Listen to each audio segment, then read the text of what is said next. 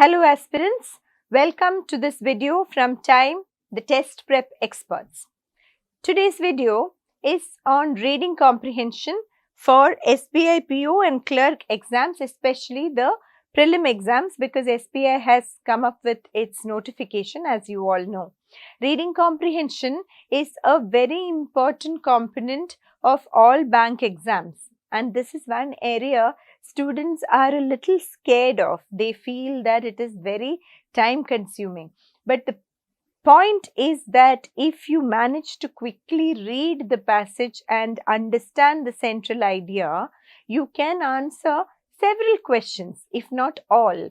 And there are patterns in reading comprehension where you get questions on vocabulary, grammar, etc., which don't even need a thorough understanding of the entire idea of the passage. Okay, there are different patterns. Today we are going to look at a particular pattern, which is the most common one in bank exams, where you get questions on vocabulary and grammar, especially vocabulary, apart from the regular reading comprehension questions. Okay. Now, before we look at the questions, we have a request for you. Please do subscribe to our YouTube channel, Time for Bank Exams, to get more such videos, not only in English, but in all other subject areas. Okay. Let us look at our passage. You can see the instructions. Some words or phrases are printed in bold to enable you to identify them quickly. So when you read a passage and when you see this direction, you know that there will be questions on grammar or vocabulary, mostly vocabulary. Okay, fine. Let's read the passage. The early intellectuals of the first half of the 19th century supported British rule under the impression that it would modernize the country. We are talking of Indian British rule in India, right? When you see the country, you have to think which country would it be, based on the latest technology and capitalist economic organization. So the early intellectuals in 19th century supported British rule. They thought that British rule would help modernize India. Okay. After the 1860s, disappointment started to set in among the politically conscious, and they began to probe into, look deeply into the reality of British rule in India. Okay. The foremost among these economic analysts was Dadabhai Naoroji. I hope all of you know his name, the grand old man of India, who, after a brilliant analysis of the colonial economy is the Indian economy under British rule, put forward the theory of economic drain in poverty and un-British rule in India. Other economic analysts included Justice Mahadev Govind Ranade, Ramesh Chandra Dutt, The Economic History of India, he is the author of this book, Gopal Krishna Gokhale, G. Subramania Iyer, and Prithvish Chandra Ray. So these are the intellectuals who started questioning the benefits of British rule. Okay. The essence of 19th century colonialism, they said, these intellectuals said, lay in the transformation of India into a supplier of foodstuff and raw material to the metropolis, a market for metropolitan manufacturers, and a field for the investment of British capital. So you can see how India was exploited in many ways by the British, and these intellectuals were able to expose this exploitation. These early nationalist analysts organized intellectual agitations and advocated a complete severance of India's economic subservience to Britain. Let us read it part by part. First, what did they do? They organized agitations. Then they advocated severance. To sever is to cut off, separate. Separation of India's economic dependence. Subservience is dependence on Britain. And the development of an independent economy based on modern industries. These were the suggestions given by these intellectuals. The basic assertion of these early intellectuals was that India was poor and growing poorer due to British imperialism, and since the causes of India's economic backwardness were man-made, they were explainable and removable. So, man-made as in British-made, right? India was becoming poorer because of British rule, and hence British rule should be combated, should be resisted. Okay. The problem of poverty was seen as a problem of raising the productive capacity and energy of the people, and as a problem of national development, thus making poverty a national issue. So, what does this mean? In order to counter poverty, we needed to raise the productive capacity of India and also the energy productivity of the people, and it was a problem of national development. This helped in rallying all sections of society around common economic issues once they realized it was a national issue. Okay. Also, development was equated with industrialization.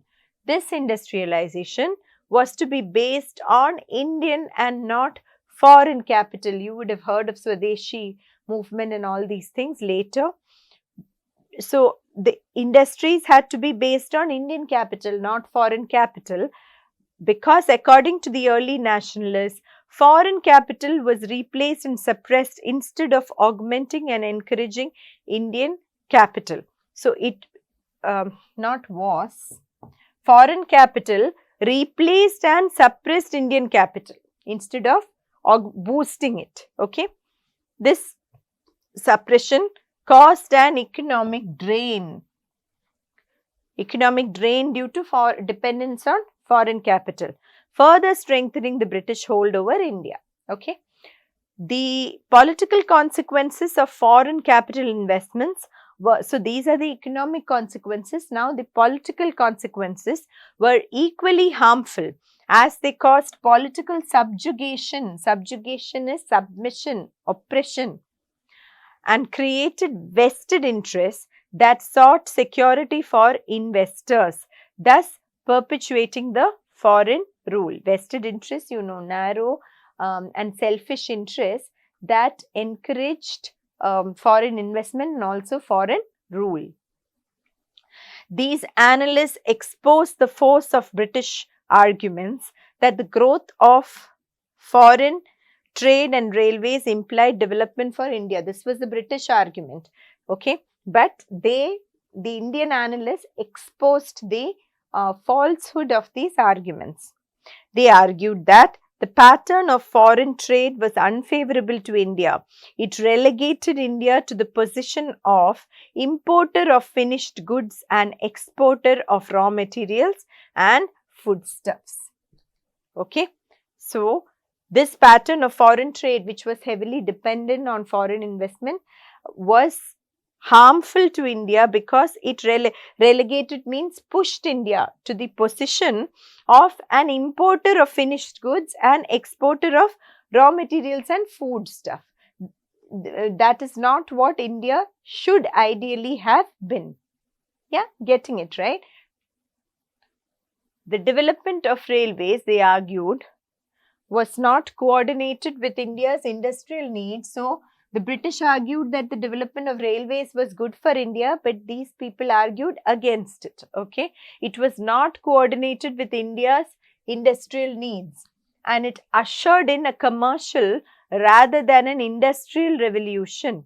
The net effect of the railways was to enable foreign goods to outsell indigenous products. So, the development of railways only allowed foreign goods to be transported to different parts of the country. It did not enable the industrialization of the country. Okay, that is why it says commercial revolution. Whose commerce? Commerce of the British. Their economy benefited. Further, the benefits from impetus to steel, machinery and capital investment in railways, impetus is boost, accrued to the British. All benefits from the railways came to the British. G.V. Joshi remarked, expenditure on railways was seen as an Indian subsidy to British industries. It was virtually as if Indians were subsidizing British industries.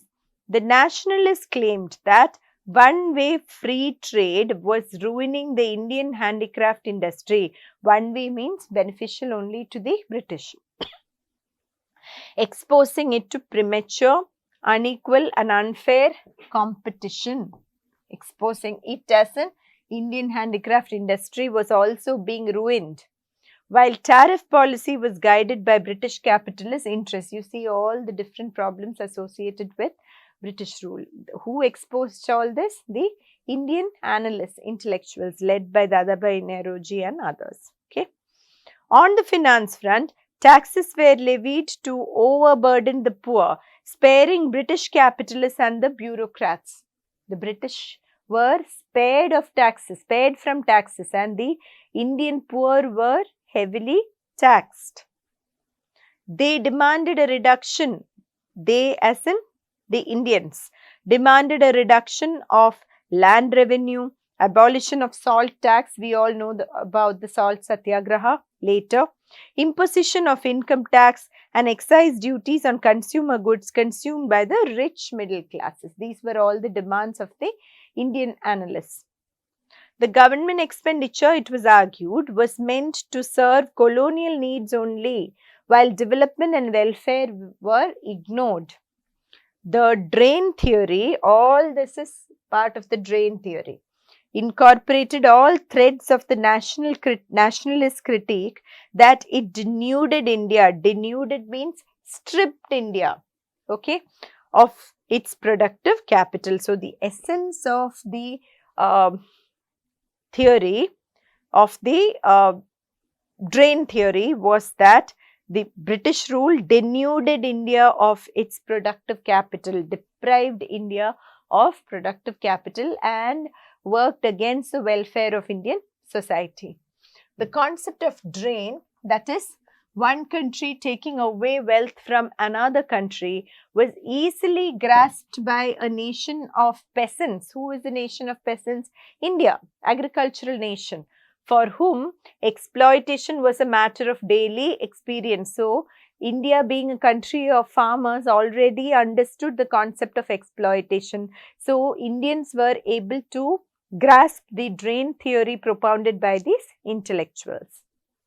The nationalist agitation on economic issues served to undermine, weaken the ideological hegemony of alien rulers over Indian minds. So, this agitation helped to undermine, to weaken the ideological hegemony. Hegemony is dominance, superiority.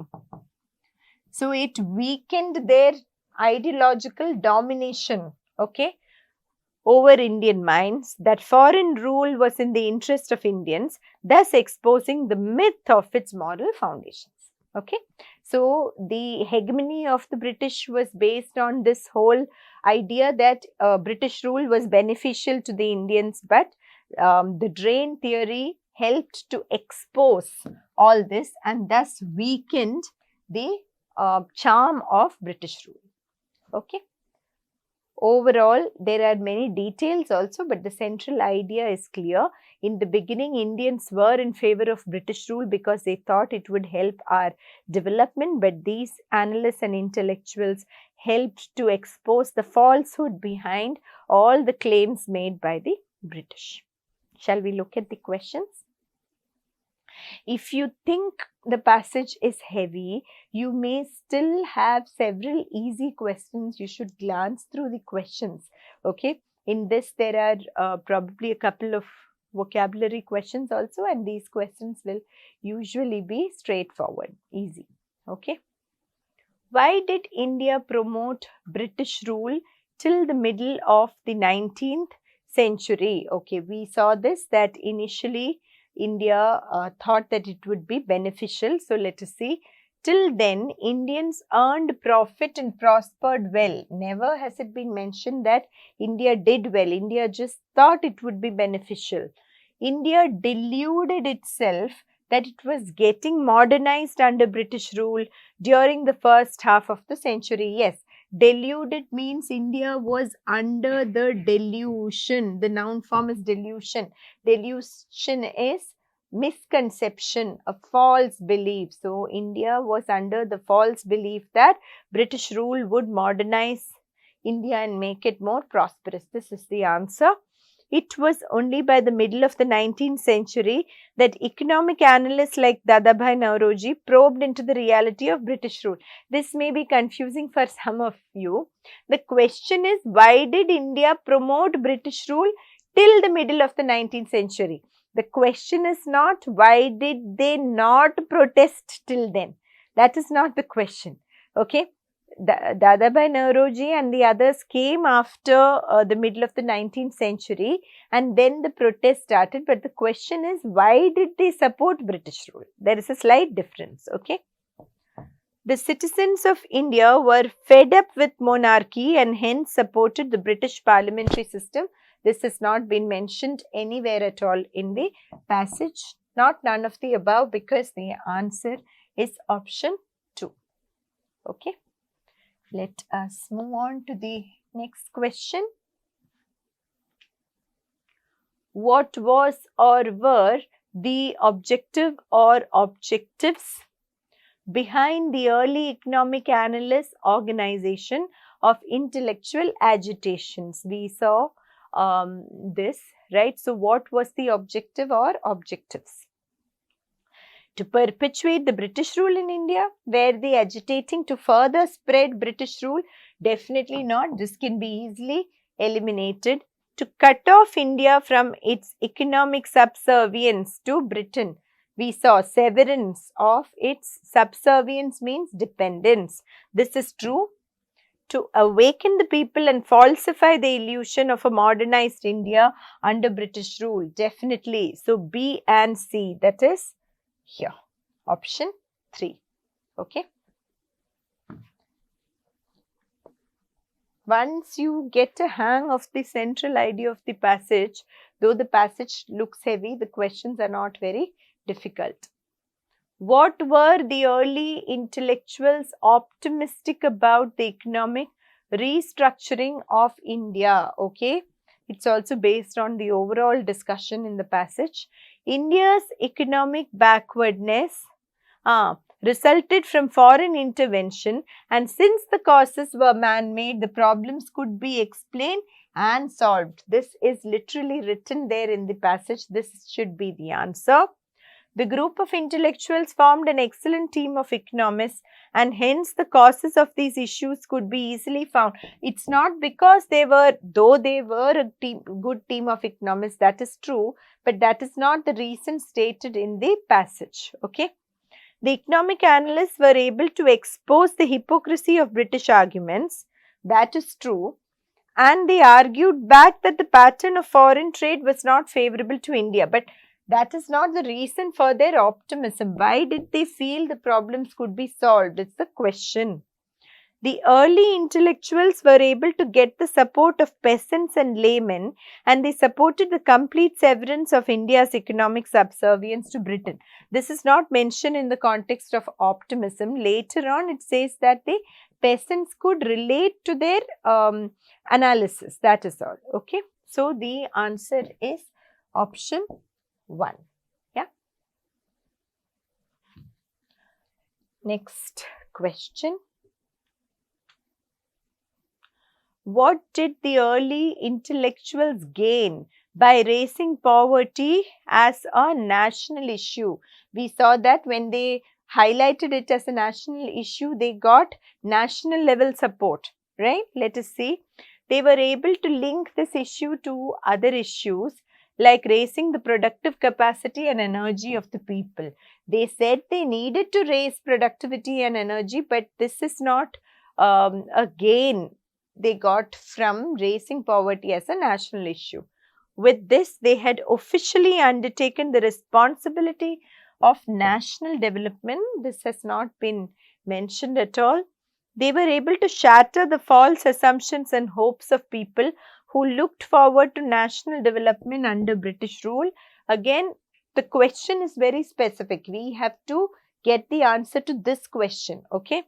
They were able to unite all sections of Indian society on the grounds of these common economic issues. It is written there in the passage. By presenting this as a national issue, they got national level support. So, this is the answer, not all of the above. Okay. Next question. Yeah. According to the passage, what supported the British in subjugating India? Basically, the drain theory says that the drain of capital from India is what supported the British, right? Let us see. The political upheaval formed as a repercussion of foreign capital investment. No, that has not been mentioned. The support of the people under the impression that the British would be the torchbearers of India's development. Unless the author says this helped the British, we should not take that as a reason. People did support the British initially, but that is not given as a reason by the author as something supporting them in subjugating India, okay? The development of railways which coordinated with the needs of the British, no, that is mentioned in a different context. The imposition of income tax and excise duties on consumer goods consumed by the middle class and the poor, all these are mentioned, but the context is very specific. Economic drain caused by replacing the Indian capital with foreign capital and thereby suppressing it. This is written in the passage. It is mentioned in the passage as a factor supporting the British suppression or subjugation of India. Okay, if you're not sure, since all these factors are mentioned in the passage, you need to go and check. Okay. See, vocabulary question. What does the word relegate imply in the last line of the 4th paragraph of the passage? Okay, relegate here. We need to go and check. Okay, India was relegated to, we have to go and find that word. It was here. It relegated India to the position of importer of finished goods and exporter of raw materials and foodstuffs. So, the question is, what does the word mean here or imply here? Okay, relegate means to push back, but the contextual meaning, it means that India's position was lowered to that of an exporter of finished goods. Exporter of finished goods, wrong. Importer of finished goods and importer of raw material. This is wrong. It is a twist, distortion, right? It implies that India was lowered to the position of importer of finished goods, okay, an exporter of raw material and foodstuff, okay.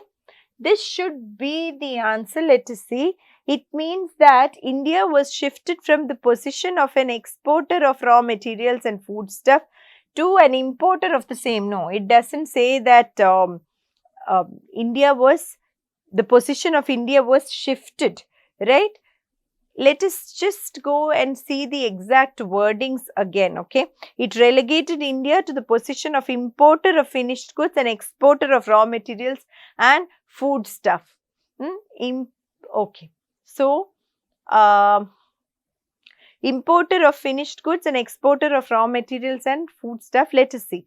It suggested that India was lowered to the status of an importer who is forced to import finished goods made out of their own raw materials. Now, this is better than option 2. This is not very easy, but this fully exposes the irony or the kind of oppression that India was subjected to. Option 2 also says the same thing, but it does not bring out the strength of the topic. Okay. Yes, position of importer and exporter, that is okay, but it is not just that India exported raw materials. India was forced to export its raw materials, but then import goods that were made with the same raw materials. This should be the right answer. A little tricky question.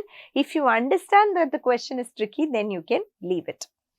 It means that the position of exporter of finished only goods was given to India. Does not make any sense. Hence, 4 is the answer. Okay.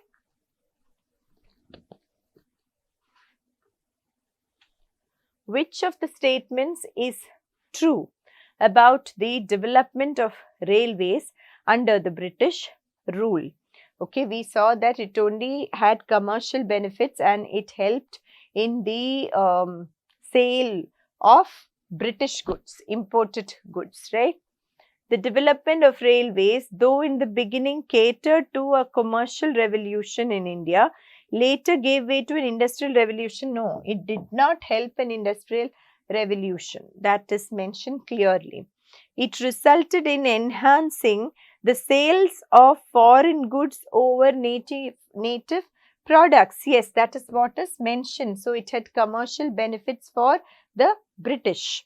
The British ignored the chances of earning benefits from stimulus to steel and capital investment in railways. No, they got all the benefits, right? The expenditure on Indian railways forced the British to sell their goods at a subsidized rate in India. Not at all. Okay. And not all of the above. The answer is option 2. Okay. Next question. What caused the exposure of the myth of moral foundations established by alien rulers in India? The agitation on the basis of the drain theory, right? The concept of economic drain was propagated by the early nationalist intellectuals, not just the concept but the agitation. Let us see if there is a better option, or we will come back to this, okay? The development of railways for the sake of enriching British industry, that was not the reason for exposing the myth. The wide turmoil all over the nation on the overall economic issues in India. This is better than option 1 because it was not just the drain theory but the agitation over it. Okay. The problem of poverty, which was brought up as a national issue, is one of the various factors. Hence, the answer is the wide turmoil. Yes, option 3. Okay. You can see some of the questions have very close options. If you feel the options are too close, just leave that question. Quickly move on to questions where the answer is clearer.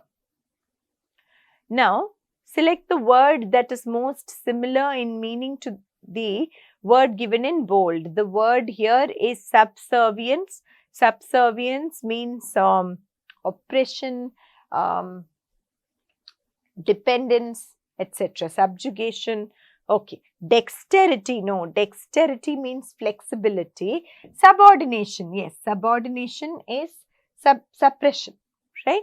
Endowment. Endowment is giving something. No. Pattern. No. Disposition is a temperament or distribution. No. Subordination is the right answer. Okay. So, these vocabulary questions you can easily answer if your vocabulary is good, right? Okay. And here we have subjugation, but the question is most opposite in meaning to subjugation. Earlier we saw synonym of subservience, which is same as subjugation. So, what is the opposite of subjugation? Independence, right? Subjugation is oppression. So, the opposite dependence. Opposite is independence. Defeat, no. Enslavement is synonym. Subjection is also synonym. Servitude is the state of a servant or slave. That is, these are all synonyms. Hence, the antonym or opposite is subjugation. Okay. A little lengthy passage and a heavy one at that, but you had some very easy questions also. So, don't run away from reading comprehension. Okay, fine.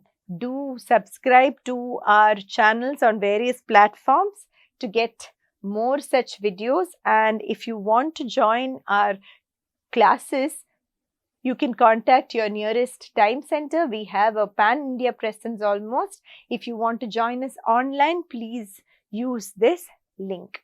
Okay. Keep watching our videos. Keep practicing. All the best. Thank you.